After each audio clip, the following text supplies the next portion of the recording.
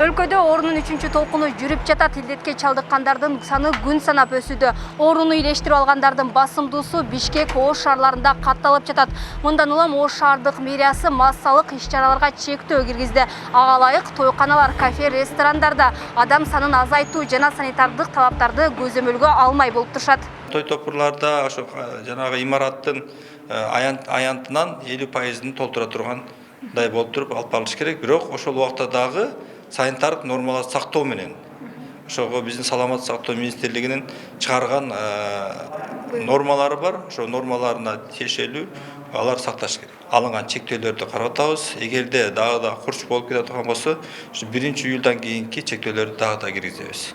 Бул ошо биздин элибиздин ошо ковидтен сактоо үчүн алына турган чектөөлөр. Дарыгерлер оорунун кескин күчөшүн жарандар арасында санитардык талаптардын сакталбай жаткандыгы менен байланыштырууда. Биз буга чейин коомдук тамактануучу жайлардагы санитардык талаптарды текшерүүгө алганбыз. Ал канчалык деңгээлде эске алынып, катачылыктар жоюлду? Сиздер менен биргеликте дагы бир жолу текшерип көрөбүз.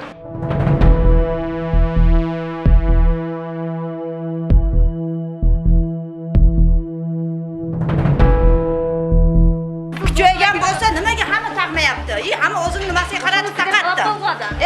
Yerga kelishida. Өзүңүздөр көрүп тургандай, бул коомдук тамактануучу жайларда дагы деле санитардык талаптар эске алынган эмес. Бул жердеги официанттар кардарларды дагы деле бет капсыз тейлешет. Ошондой эле жарандар арасында дагы санитардык талаптар сакталган эмес. Азыр тез болмойт.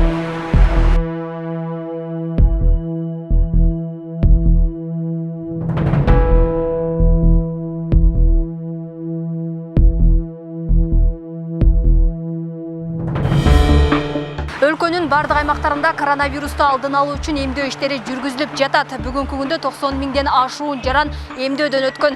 Деген менен эмдөөнүн жүргүзүлгөнүнө 2 айдан ашуун убакыт өтсө да, жарандар арасында түрдүү кайчы пикирлер жаралып, вакцинацияга ишенбөөчүлүк токтогон жок. Мен дагы ошол ишенбөөчүлүккө барам, ошол неме кылып.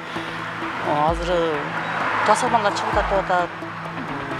Кытайский чыгып атат. Бул оорулар дейт, бак оорулар кайра оорулар келет деп атат. Ошон үчүн мен алганга каршы. Билбейм, аркылуу эле эмелер чыгып атат эми.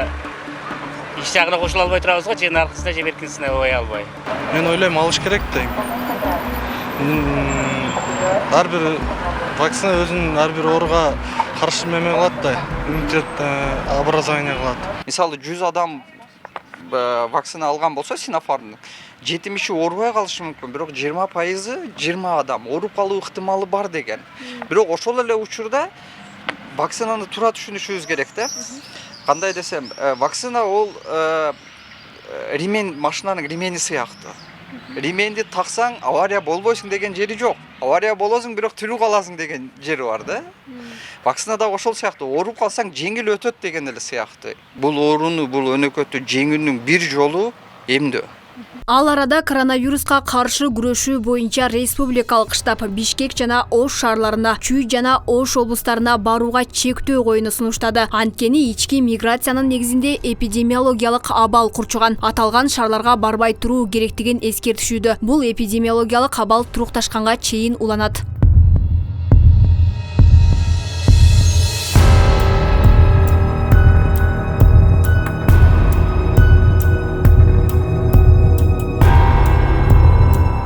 Азыр эпидкырдал курчуду. 43-4 күндө оорулардын саны дагы көбөйдү.